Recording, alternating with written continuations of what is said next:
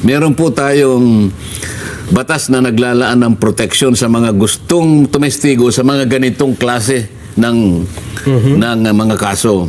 Alam namin ang panganib, alam namin ang disadvantage, maaaring natatakot kayo, pero nakalaan po ang proteksyon na nandyan sa ilalim ng batas. Pero ang kinakailangan lang, tulungan po niyo yung Estado. Kailangan nating ma-identify, kailangan nating matukoy kung sino yung malalaking isda na yan. O yun ang aking finload. Yun ang direksyon nyo. Yun ang tamang direksyon kasi naman talaga, Sen. Para may magturo, may magsalita. Doon sa una pa lang na hearing, sinabi ko na yun. Pangalawang hearing, lumabas yung mag-asawang Diskaya. Yan. May dala-dalang sworn affidavit. O yun, isip-isipin mo, nabigla na lahat dun eh. Nakita nila na sa una pa lang salita nila, 17 congressmen ang kanilang idinawit na ron. Yes po, lumutang na yung Hindi pangalan lamang nila. yun, hindi lamang yun. Nung nabanggit yung 17 pangalan ng congressmen, dalawa doon ang nagsabi daw, nandun sa kanyang ano eh. Halimbawa, sabi niya rito, sa paragraph 23 nung kanyang September 6 na 2025 na affidavit, karamihan sa mga kawani ng DPWH na nabanggit sa itaas ay paulit-ulit na binabanggit ang delivery ng pera ay para kay Saldico na dapat at least 25%. Si Kong Marvin Rillo naman ay ilang beses na binanggit ang pangalan ni Speaker Martin Romualdez bilang kanyang malapit na kaibigan. Sa paragraph 26, si Kong Jojo Ang naman, lagi ring binabanggit sa lahat ng project sa kanya ay papondo ni Speaker at ni Saldico. Sa mga tweet, dito pa lamang ang dami niya nang binanggit papunta doon.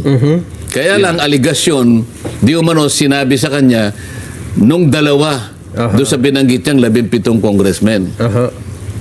Ngayon, kapag ka ito'y binasa mong mabuti at ibabase mo sa mga sumunod na pangyayari, nagkaroon ng kaugnayan, na-corroborate Kasi nung mag-testify si Alcantara, binanggit niya si Saldico na nagmi-meeting sila sa Shangri-La BGC. At lahat kanya, sabi niya, napag-usapan ang plano ni Saldico na sumubok ng magbaba ng pondo sa distrito ni Alcantara. Ito.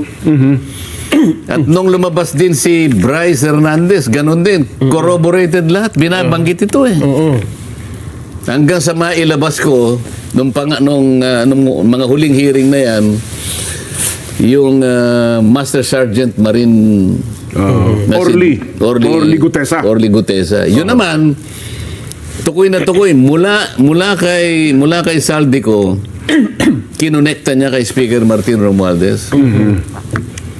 Kaya sinasabi nung predecessor ko, ayaw ko nang banggitin ang pangalan kasi ayaw niya rin banggitin ang pangalan ko. Nililis niya kanya. Paano kung nililis? Dinidiretso ko nga. Ikaw nga, kinakanal mo. Ako dinidiretso ko Magkakarugtong. Hindi ba ako nakita mo yun sa akin? Walang sino man ang nakapaggawa nito Sila ba nakapag-produce sa mga contractors na ginamit nila yung WPP? Wala. Nakapag-produce ba sila ng isang testigo naka-direktang kukonekta mula kay Saldico hanggang kay Speaker? Wala. Ako lang Sabi ko nga sa kanila, ang pinaka-credible na witness ay si Gutesa. Si Diskaya corroborated lahat ng mga ng sumunod na mga testigo.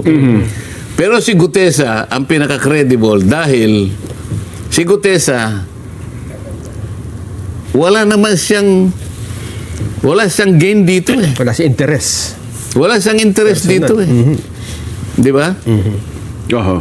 Sabi ko sa kanila, Gutesa has everything to lose.